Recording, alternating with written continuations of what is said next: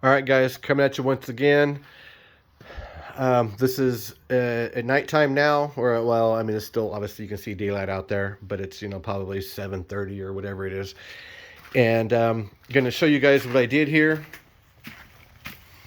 This box is the bottom end of it. The overlapping pieces are opened up, so this is probably 6.5, 7 feet long.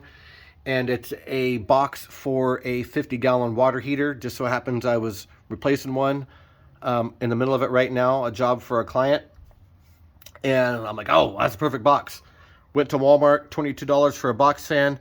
This thing, I only just have it on low, and it moves plenty of air.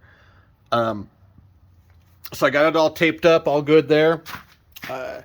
And I had to go, and you can see all these metal pieces along here. And this front doesn't really do much because it's so close to the nose of the vehicle, but all this metal along here to hold this back because that thing sucks so much. So originally I got this really nice filter. Oh, look at that, all that stuff that filters out. Well, guess what?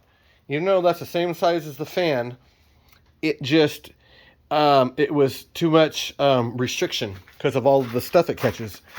And it just sucked all the stuff in to where it was touching the truck. And that was before the metal. And even once I put the metal along here, man, it still pulled it over like halfway to where like I wouldn't have any room to navigate and to do the painting and all that. So that's where I came up with this. I went and got 4 more. Now, yes, that having to have that there to keep, because it was still wanting to suck this over to the nose of the Humvee. So I put the little ladder there to weigh it down and push it back. But then the tape came apart. So I got to fix that. Obviously, I'll take care of that. Let's see here. So we're getting that in the house. So I got this completely taped off. So that goes into the laundry room. And then there's another door that goes in the house. And even with the fan turned on in there and the other door shut, and I checked it, it was only sucking air in. So it had negative air pressure in there. And we still had the smell of the epoxy primer in the house last night. And it turned out that it was the HVAC system, and for the filters, she had didn't have the cover put on there correctly, and so there was a big old gap on the one corner, and that was before I moved in and stuff, and so I got that fixed and I got it all taped around there, so there shouldn't be any more issues of stuff getting in the house anymore. And so I have this system that I did it to where the garage is in front of the whole house, and it's to the side of the house. So as air travels this way here in Idaho, that corner over there where I have the fan, that's the most forward and outside edge of the whole thing. So the whole house is literally like 20 feet back, but most of the house is over here. So over here, it's just going to go out into the street and see you later. And I have this to where I did this where it's in the most diagonal part of this that I could do. I probably would have done it over here, but we got this tub right here that's in the way. So I'm like, all right, I'll just do it over there. And so that way it sucks in. So as the air comes in from outside, the air is slowing down as it comes in here. The heavier particles are going to fall out of the air as it slows down. And then as it comes all the way around over here, then they get sucked through this. This will catch enough of whatever's left. This thing ain't going into outer space. I'm not building the James Webb telescope. I'm not building hard drives and need all these clean rooms. This is a military Humvee. It's going to be just fine. Now, the reason why I'm not painting it tonight is because I do have to do a little bit of touch-up work with Bondo. where with my grinder and doing different things and bump this and bump that and whatever, so right here, it's just surface stuff. Like, this is all 1/4-inch aluminum. This isn't like little tiny thin 32nd of an inch, fender stuff that, like, oh man, you get a whole Bondo fender. Like, no, this is literally just cosmetic Bondo. There's nothing. I mean, well, Bondo's all cosmetic, but you get what I'm saying. Like, I'm not filling big giant holes in fenders that are super thin. Like, this is just little surface stuff on 1/4-inch aluminum. So I gotta do some of that tomorrow. So I might not get to painting it tomorrow, but it should be like at least the next day. I'll definitely be painting, absolutely sure, for sure. So I'll be doing green throughout. Oh yeah, and then, like, I think I mentioned that in the video earlier, I already had all my stuff mixed and I was all ready to go, and then I noticed that this one seat belt, the one shoulder piece out of the 3 different pieces, somehow I forgot to take that out.